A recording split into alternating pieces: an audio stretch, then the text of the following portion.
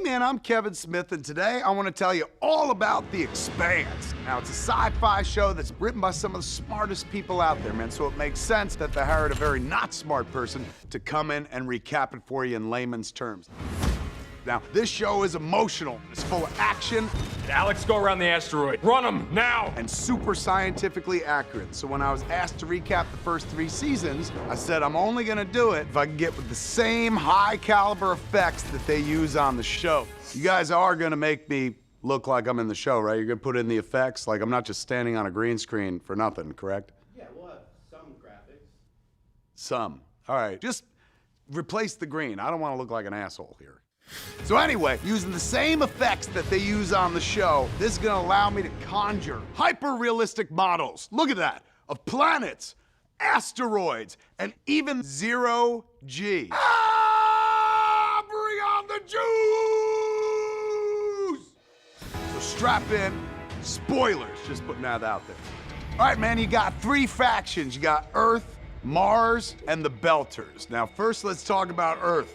Earth you've probably heard of, but in the future, shit has changed, man. Earth is kind of a bummer due to things like climate change and overpopulation, so they start colonizing other planets for their resources and their land. And they're all governed by a single government, a roided up version of the United Nations. So a bunch of engineers, they go to Mars to make it humanity's second home. It's like a fixer-upper, but you know, the solar system is just really gentrifying at this point. They advance technologically, building cool spaceships, and decide they should secede from Earth, becoming their own sovereign planet. Shit. After that, you got yourself the Belters, man. They live in the asteroid belt, hence the name. They got their own special language. They got badass helmets. They got obligatory neck tattoos. They are so metal, man. When you see them, it's like, helmet. But Belters have it pretty rough. Water is way scarce, so they're all thirsty as hell, and most live in poverty while the fruits of their labor are dragged back to Earth or Mars. So a bunch of Belters are like, fuck this. This is some real bullshit. And form the Outer Planetary Alliance, or the OPA, to battle inequality. You and I both want the same thing, to do right by our people. But now it's devolved into a wishy-washy network of criminals and fucking terrorists. So yeah, shit is volatile. One spark could ignite an interplanetary war between Earth, Mars, and the Belt. Season 1. Okay, this guy, Joe Miller, he's a Belter detective. And you know he's a detective because look at the hat. See the hat? What's the deal with the hat? Oh, now who's Joe Miller? Here you go. So, he agrees to track down a missing girl named Julie Mao for her very rich parents. Say no more. But in New York, Christian Avasarala, UN bigwig and diplomacy ninja. All due respect, madam, where are you going with this? Wherever I goddamn like. She interrogates an OPA operative about contraband stealth technology. What was it for? Meanwhile, an ice hauler, that's a ship that hauls ice, go figure, named the Canterbury, gets blown up by a mysterious stealth ship, stranding a bunch of important characters, man. The inconveniently moral executive officer, Jim Holden, genius engineer, Naomi Nagata. I didn't exactly sign on to the camp to make friends. Why did you sign on? I wouldn't have to have conversations like this one. Space cowboy, Alex Kamal. I just decided to come on down and rescue y'all. And pragmatic mechanic, Amos Burton. There you go. Now you just walk around like you're in pumps. How do you know what it's like to walk in pumps? I didn't always work in space. They're rescued by Fred Johnson, the leader of the OPA. I don't know who you are. You have my solemn promise that you will not be harmed. He's building a generation ship for the Mormons. There are Mormons in the future, so it's like floating space Utah. The crew of 4 agrees to work with Johnson and the OPA, but this makes them targets for the UN. So to literally fly under the radar, they name their new ride the Rocinante, which is Spanish for inconspicuous spaceship. The Rossi crew discovers the stealth ship that blew up their OG ice hauler and finds its reactor covered in some weird-ass goo, which was called the proto-molecule. Also, one of its shuttles is missing. Say what? Somebody got away. A distress call makes it seem like it's some guy named Lionel Polanski. Whoever was on this ship was headed to Euros. If this Lionel Polanski is going to be anywhere, it's going to be there. The Rocinante crew heads to Eros, an asteroid in the belt, to find this Polanski guy. While tracking Polanski, Holden and his team are ambushed by UN blackouts. It's a firefight. Pew pew! Buddha, Buddha, Buddha, Buddha, Buddha, Buddha, Buddha, Buddha, ow! Things look really bad, man, but they're rescued by, you guessed it, the marvelous Miss Maisel. follow you around, don't it, kid? I mean Detective Miller, who has figured out that Polanski is Julie Mao. Together, they find Julie dead. It seems like she's been infected by the proto-molecule from the stealth ship. Miller and the Rossi crew go, "All rats," and they just leave. A group loyal to Julie's father finds her body, and because he's like Dad of the Year, they harvest her infected blood and place the whole asteroid on lockdown and infect its population with the proto-molecule. Oh, shit!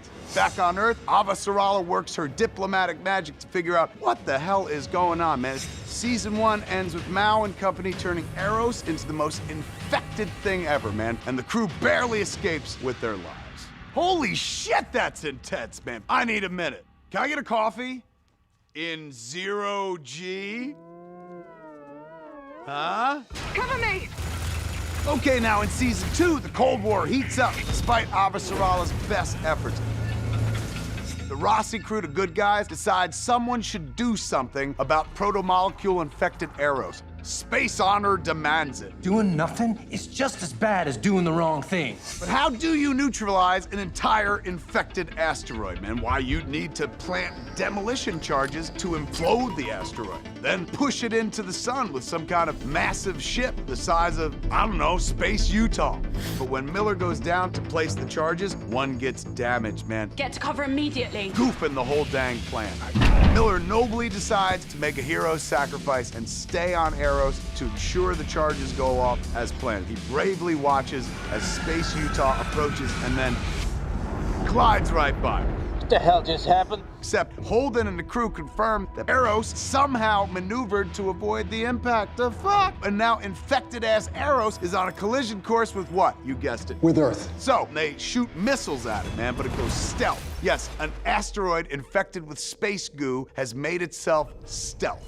Earth is More or less fucked. or is it? Because Miller decides to blow Eros up from the inside. He carries his bomb to the core, gets ready to meet his maker, and discovers what? Julie? Julie Mao! Holy crap! What the fuck? So Miller has one of those heart-to-infected hearts with Proto-Julie, convincing her to direct Eros away from the Earth toward uninhabited Venus. Fuck Venus! Damn! Okay, with Miller and the proto-molecule destroyed, the Rossi crew launches the final remaining proto-molecule sample into the sun. It's done. And that's the end of that. Maybe. Meanwhile, on Jupiter's moon, Ganymede, UN and Mars communications inexplicably go dead. Just like that. Each side blames the other, and the situation devolves into a full-fledged battle, man. Pew, pew, pew, pew, pew. Pew, pew. After the battle, a Martian Marine named Bobby Draper, the #1 badass, awakens to find her entire team massacred, and looming over her is a goddamn proto-monster, man. Never good. While everyone blames each other for this clusterfuck, the Rossi crew learns of a proto-molecule signal that came from Ganymede. There's proto-molecule on Ganymede Station. We go there, find it, and shut it down. Information that would have been helpful before the brutal massacre of thousands. Yeah. Holden sneaks into Ganymede and makes a huge discovery, man. Mao and his evil buddy, Dr. Strickland, are infecting Belter children with the proto-molecule to create human proto-hybrids. Now that's a villain, man. Bravo. For screenwriting, not for his activities, man. Boo on that. Avasarala confronts Mao, and Mao asks her to meet him on the ship. Everyone knows it's a trap, man. This guy knows it's a trap. This guy knows it's a trap. Hell, this guy knows it's a trap. But she goes anyway and takes Draper with her. Okay, the Rossi crew is psyched to get the hell out of Ganymede until they discover there's a proto-monster stowed away in their cargo hold. What the fuck is that? Oh, shit. Now, the crew realizes that the proto-monster feeds off radiation, man, so they lure it out into space by exposing the core of a nuclear warhead, as you do. And they roast it, fry. Avasarala's meeting with Mao goes about as well as expected. Get down! But she's saved by Draper in her awesome battle suit. If anyone else but me comes through that door, you put them on the ground. Naomi confesses to Holden that she never destroyed the proto-molecule sample. She faked the launch and gave the sample to the OPA to level the playing field between Earth and Mars. What did you do? I gave the proto-molecule to Fred Johnson. Maybe they should teach the ship engineers about hubris. Quick timeout. Can I stretch or something? Like, my mouth is tired. All right, now in season 3, one of the proto-infected children tells Mao and Dr. Strickland the work on Venus is almost complete. What are you building? Work. Finish. Soon! Soon! Soon! Meanwhile, the OPA is officially recognized as the legitimate government of the Belters. Johnson makes his second-in-command, the incredibly badass Kamina drummer, the captain of their new flagship, the Behemoth, which is actually Space Utah with a major upgrade, aka it's got guns now. Pow, pow. Meanwhile, on Venus, a humongous proto-molecule structure lifts out of the crater, flies out into space, and settles past Uranus. It's some sweet parking job. And everyone's all like, What? The fuck is that? there it unfurls and forms a gigantic glowing ring called the Ring. Kind of makes me want a donut. Holden starts having visions of our old hero Miller. He's back, man. Miller calls himself the Investigator now, which is confusing because he still has the same detective hat. Mao's other daughter, sick of not being talked about for like 2 full seasons, frames the Rossi crew for destroying a science ship. What in God's name have you been doing? I have to do this. Belters are the only legitimate benefactors of the ring. What the fuck did you do? It's not me, Alex. This makes them the Nickelback of the galaxy, and tons of missiles are fired at them. In a desperate move, the Rossi heads into the ring, even though it's super dangerous. This is our only way out. The only other time a ship entered it, pilot got turned into a salty pudding.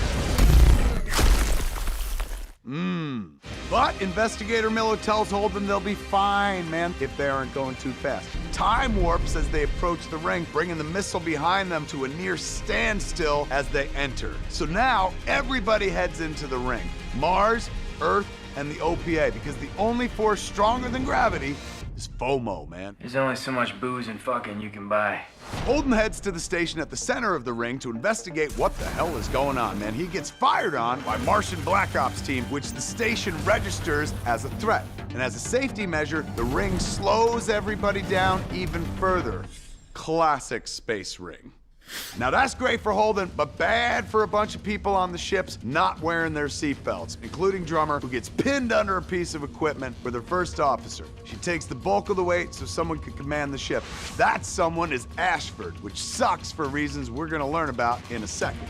Holden explains what he learned in a vision, that the ring was created by a mysterious civilization as a sort of celestial freeway. But then this mysterious civilization was wiped out by something. The ring doesn't mean them any harm, but Ashford takes this as cause for a preemptive strike because he's the kind of guy who gets bit by a dog and then nukes a petting zoo.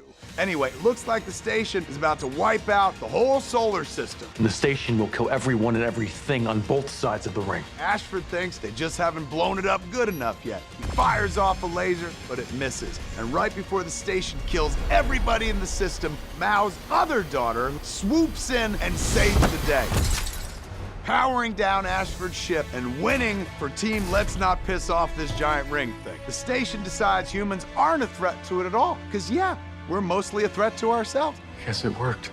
The station then reactivates the alien transit network, bringing 1,300 rings online. But, and I ask this in the most scientific way possible, what the fuck is on the other side of those rings, man? Is it whatever killed the aliens? Can the Rossi crew trust their new friends? And will Avasarala make a good Secretary General of the UN? I mean, yeah, probably. That one isn't really such a mystery, man. Let's give him a push.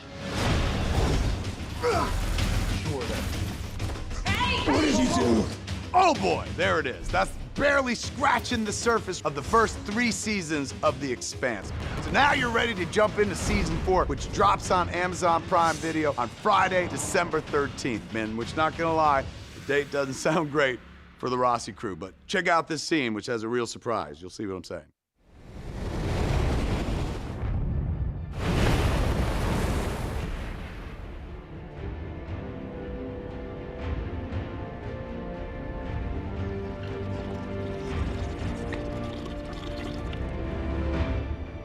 You know what, guys? I'm good. I'm going back in the ship.